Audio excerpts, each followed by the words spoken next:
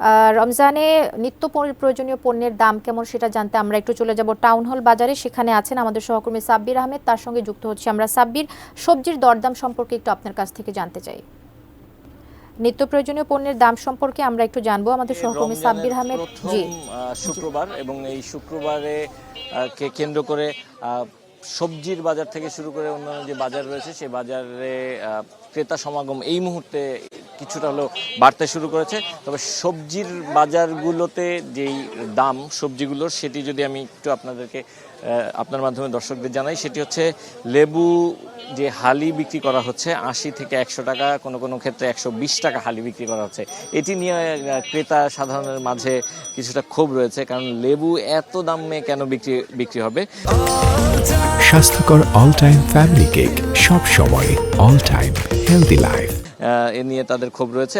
বেগুন বিক্রি করা হচ্ছে 80 টাকা থেকে 100 টাকা কেজি।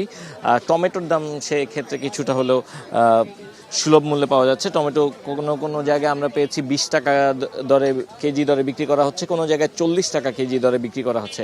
শিম বিক্রি করা হচ্ছে 70 থেকে 80 টাকা কেজিতে। পটল বিক্রি করা হচ্ছে 100 থেকে 150 টাকার মধ্যে, পটলের দামটা একটু বেশি।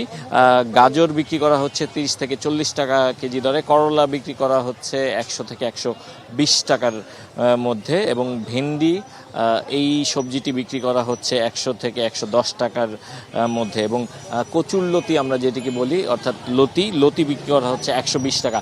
তো ক্রেতা সাধারণের মাঝে তারা যেটি বলছেন যে আসলে মূল একেবারে প্রান্তিক পর্যায়ে যে কৃষকরা রয়েছে তারা কিন্তু তাদের যে পণ্যগুলো, সেই পণ্যগুলো কিন্তু একেবারে সুলভ মূল্যে একেবারে কম দামে বিক্রি করছেন, কিন্তু মধ্যস্বত্বাভোগী যারা রয়েছেন তারাই আসলে এই বাজারের যে মূল্য, সেই মূল্যগুলো আসলে বৃদ্ধি করে ফেলছেন, আর যার খেসারত দিতে হচ্ছে মূলত আসলে ক্রেতাকে। কারণ বিক্রেতাদের কাছ থেকে যখন ক্রেতা এই পণ্যগুলো কিনছেন, তখন কিন্তু বিক্রেতারাও লসে বিক্রি করছে না।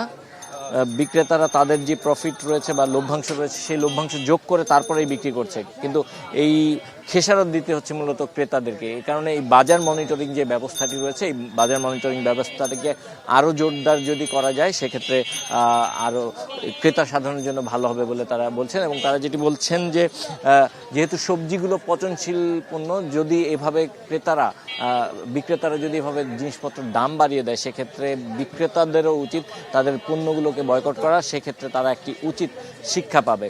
তো এই জন্য আসলে তারা সর্বস্তরের জনগণকে বা যারা ভোক্তা সাধারণ রয়েছে তাদেরকে ঐক্যবদ্ধ হতে হবে বলেও তারা বলছেন। তো সবজির বাজারে কিছু কিছু পণ্যের দাম আসলে খুব বেশি চড়া, এবং কিছু পণ্যের দাম অনেকটা ক্রয় সীমার মধ্যে রয়েছে। তো এই ছিল টাউন হল কাঁচা বাজার থেকে রমজানের সবজির বাজার সম্পর্কে বিস্তারিত।